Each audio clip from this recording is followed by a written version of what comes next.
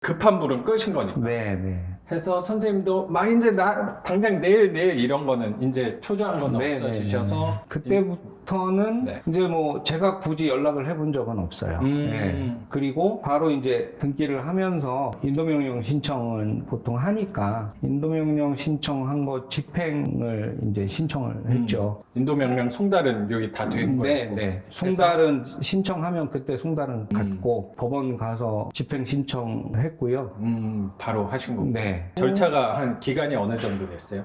강제집행 신청하고 한 몇 주 정도 뒤에 개고. 한 일주일 정도 걸렸던 것 같아요. 네. 1차 강제- 개고 때 그냥 강제집행 신청하고 일주일 뒤에 개고 네. 들어왔고 네. 2, 3주 정도 후에 음. 그 집행을 들어갔으니까. 네. 그래도 뭐 집행까지 한다 하는 게 생각보다는 빨리 진행된 것 같네요. 네, 뭐 집행 날짜가 잡혀도요. 네. 중간에 미리 취소가 되는 경우가 있더라고요. 다른 건들이 보통 협상이 보통 잘 되니까. 그래 미리 취소가 되면 개고까지 가면 보통 협상이 되는 경우 많으니까 네. 취소가 되나 봐요. 미리 취소가 되면 계속 가서 쫄르면 네네. 취소된 날짜에 내 거를 넣어주는 그래서 좀 땡겨줄 수 있는 거예요. 네, 그런 것 같아요. 그리고 나서 네네. 개고하고 연락이 왔었어요. 연락이 왔었는데 네네. 만약에 내가 처음에 2달 뒤였을 때 네. 정상적으로 이사를 안 가면 저도 이사 비용은 드리기가 어렵다 이렇게 얘기를 드렸던 상태였고 그렇죠. 그분이 이제 저한테 1,000만 원을 빌려달라고 했을 때 네. 그거는 안 된다라고 얘기를 했더니 그렇죠. 그분이 너무 과한 부탁이었으니까. 그거는 뭐 성립 자체가 어려운 거여서 그렇죠. 그랬더니 그분이 저한테 이사 비용 갖고 잘난 척한다고 이런 얘기를 하셨었거든요, 사실. 네, 그래서 이사 비용 갖고 또 얘기를 하기도 뭐하고 내가 딜을 할 수 있는 게 별로 없었어요. 예, 그 당시에는. 네, 그랬는데. 선생님도 사실 좀 마음의 상처를 좀 받으신 거고 어떻게 보면. 네, 뭐 사실 이제 그렇죠. 저는 이미 손해도 많이 보신 거잖아요, 사실. 손해도 많이 봤죠. 이사도 이사를 사실 두 한 번 더 해야 되시는 거고. 이사를 2번 해야 되고 선생님이 배려해 주셔서 뭐 아마 뭐 많은 월세가 나가진 않을 것 같은데 제가 만약에 다른 데 가서 우리 가족들하고 이렇게 생활을 하고 예를 들어서 이제 뭐 모텔 같은 데서 생활을 하려고 했으니까 그랬으면 그 비용 포함을 하면 네 사실 답이 잘 없죠. 많이 손해를 나는 거였기 때문에 네. 계고가 들어가고 전화가 또 한 번 오셨었어요. 개고 이후에. 네, 전화가 오셨는데 제 느낌에는 이분이 계고의 의미를 뭔지 정확하게 모르시는 것 같아요. 네. 그 말씀하신 분이 좀 강하게 나왔던 그 남편분. 네네네 남편분이 그럼 전화가 오셔서 얘기하시는 게 이사 나갈 보증금을 구하셨대요. 구하셨다고 그러면서 계속 연락 없다가 그때 구했다고 연락이 구하셨다고 그러면서 옛날에 얘기했던 이사 비용을 달라시는 거예요. 지금 줄 수 있냐. 예, 이게 뉘앙스가 아다르고 어다른데요. 혹시 지금 줄 수 있냐 이런 느낌이 아니고 이사 비용은 어떻게 되는 겁니까? 뭐 이렇게 얘기를 하셔서 당연히 내가 받아야 될 돈을 받는 것처럼. 그때 약속을 안 지켰기 때문에 저도 그 돈 이상의 손해를 봤는데 그래도 제가 맞춰서 나가 주시면 그래도 서운하니까 50만 원은 드리겠다 제가 말씀을 드렸거든요. 그리고 나서 이분이 또 목소리가 완전히 또 변하시는 거예요. 자기 생각이 200이었는데. 네, 그렇죠. 당연히 받아야 될 거라고 그분 좀 생각을 하셨나 보네. 네. 그러면서 아니 순리대로 합시다 뭐 이런 식으로 하고 끊으시더라고요. 그분도 좀 실망을 하셨나 보다. 당연히 200을 자기는 뭐 지체됐어도. 근데 이게 서로 간에 협상이고 합의잖아요. 그렇죠. 나도 좀 손해보는 게 있으면서 나도 좀 맞춰주고 이런 게 있으면서 그러면 당신이 이거를 조금 더 해줄 수 없냐 이런 게 서로 합의가 돼야 되는 협상인데 그러니까. 이분은 본인 얘기대로 안 되면 대화 자체를 안 해버리시니까 자기는 하나도 손해 안 보시려는 느낌을 좀 받으셨나 보다. 선생님이 이미 손해를 많이 보시고 말투 자체가 그러셨으니까 아까 처음에 말씀하신 3달의 기간의 문제가 아니고 예를 들어서 3달 주고 빨리빨리 집행해가지고 쫓아내야지 이런 개념이면 혹시 그런 오해를 하실 수도 있는데 그런 게 아니고 이분 자체가 워낙 그냥 벽 같았어요.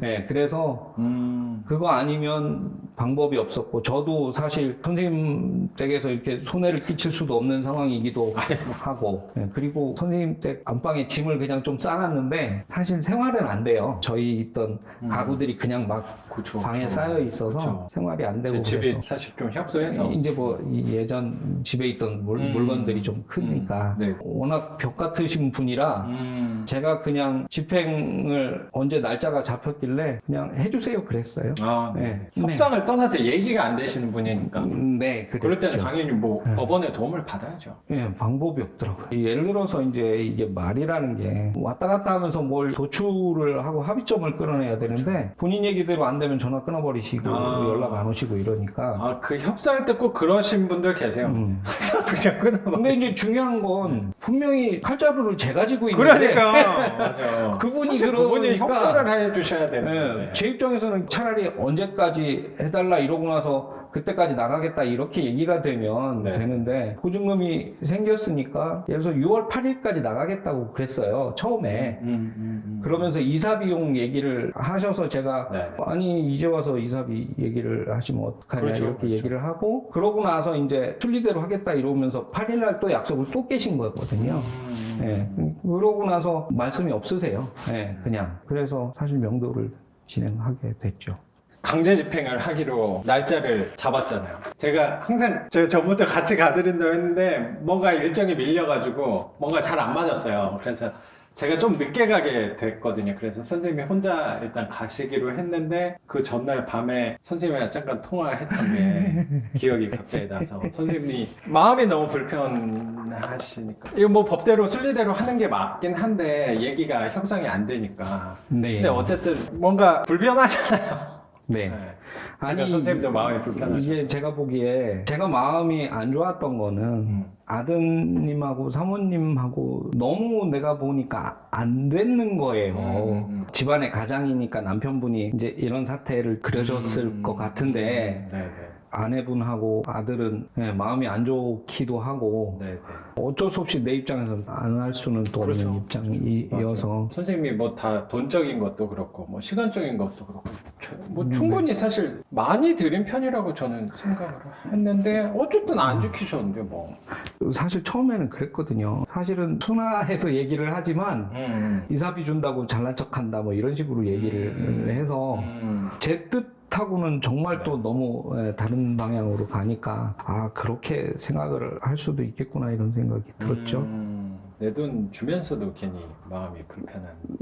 네, 물론 제 상황도 있지만 그분도 2달이 짧아서 안 나갔다고는 생각 안 해요. 분명히 성의가 없으셨던 것 같아요. 네, 그리고 나서 한 달 채 안 돼서 1,000만 원을 구했다고 했으니까 네, 그거는 뭐 성의의 문제라고 저는 생각해요. 맞네요. 네. 저도 뭐 그럴 확률이 좀 높다고 생각이 좀 드네요. 그래서 강제 집행을 하기로 했어요. 그 당일에 뭐 오후 3시인가 3시 반. 네, 3시 반에 참석을 하신 거잖아요. 네. 그래서 뭐 집행관들도 나오신 거고. 네. 그 상황이 어땠어요? 저는 사실 집행 비용이 네네. 우리 보통 포장해서 하는 비용보다 비싸더라고요. 네, 아니 그래서 아니 이거 그냥 막 갖다 실어가지고 그 창고에 싸놓는 건데 뭐 이렇게 비싸냐 그랬는데 네네.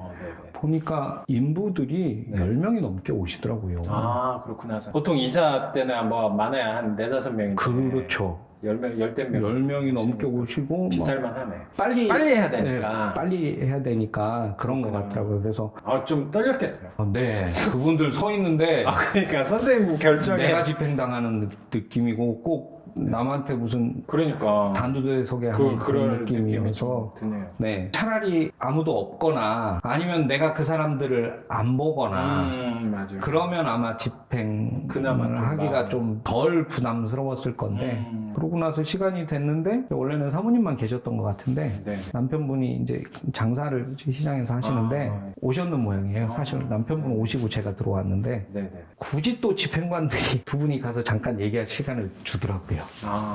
선생님하고 남편분. 남편분하고. 솔직히 이미 남편분한테는 개인적으로 추호도 지금도 솔직히 마찬가지예요. 남편분한테는 추워도 내가 집행을 하는 게 이 사람한테 그쵸. 사실 그런 느낌 별로 없었어요. 왜냐하면 그 사람이 너무 나를 괴롭혔기 때문에 솔직히 남편이고. 근데 이제 그 사모님하고 이제 가족분들이 계시는데 근데 이제 남편분이 이런 얘기는 원래 하면 좀 바보 같긴 한데 이제 막 처음에 부탁하는 데는 제가 사실은 들은 척을 안 했는데 사모님 얼굴 뵙고 아드님 얼굴 뵙고 하니까 네.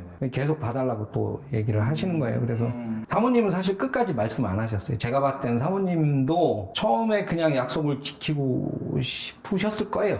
제가 느낌으로. 네. 근데 이제 남편분이 이제 그렇게 밀어붙이니까 좀 따라 그냥 가신 것 같은데 그러고 나서 사흘을 달라고 그러시더라고요.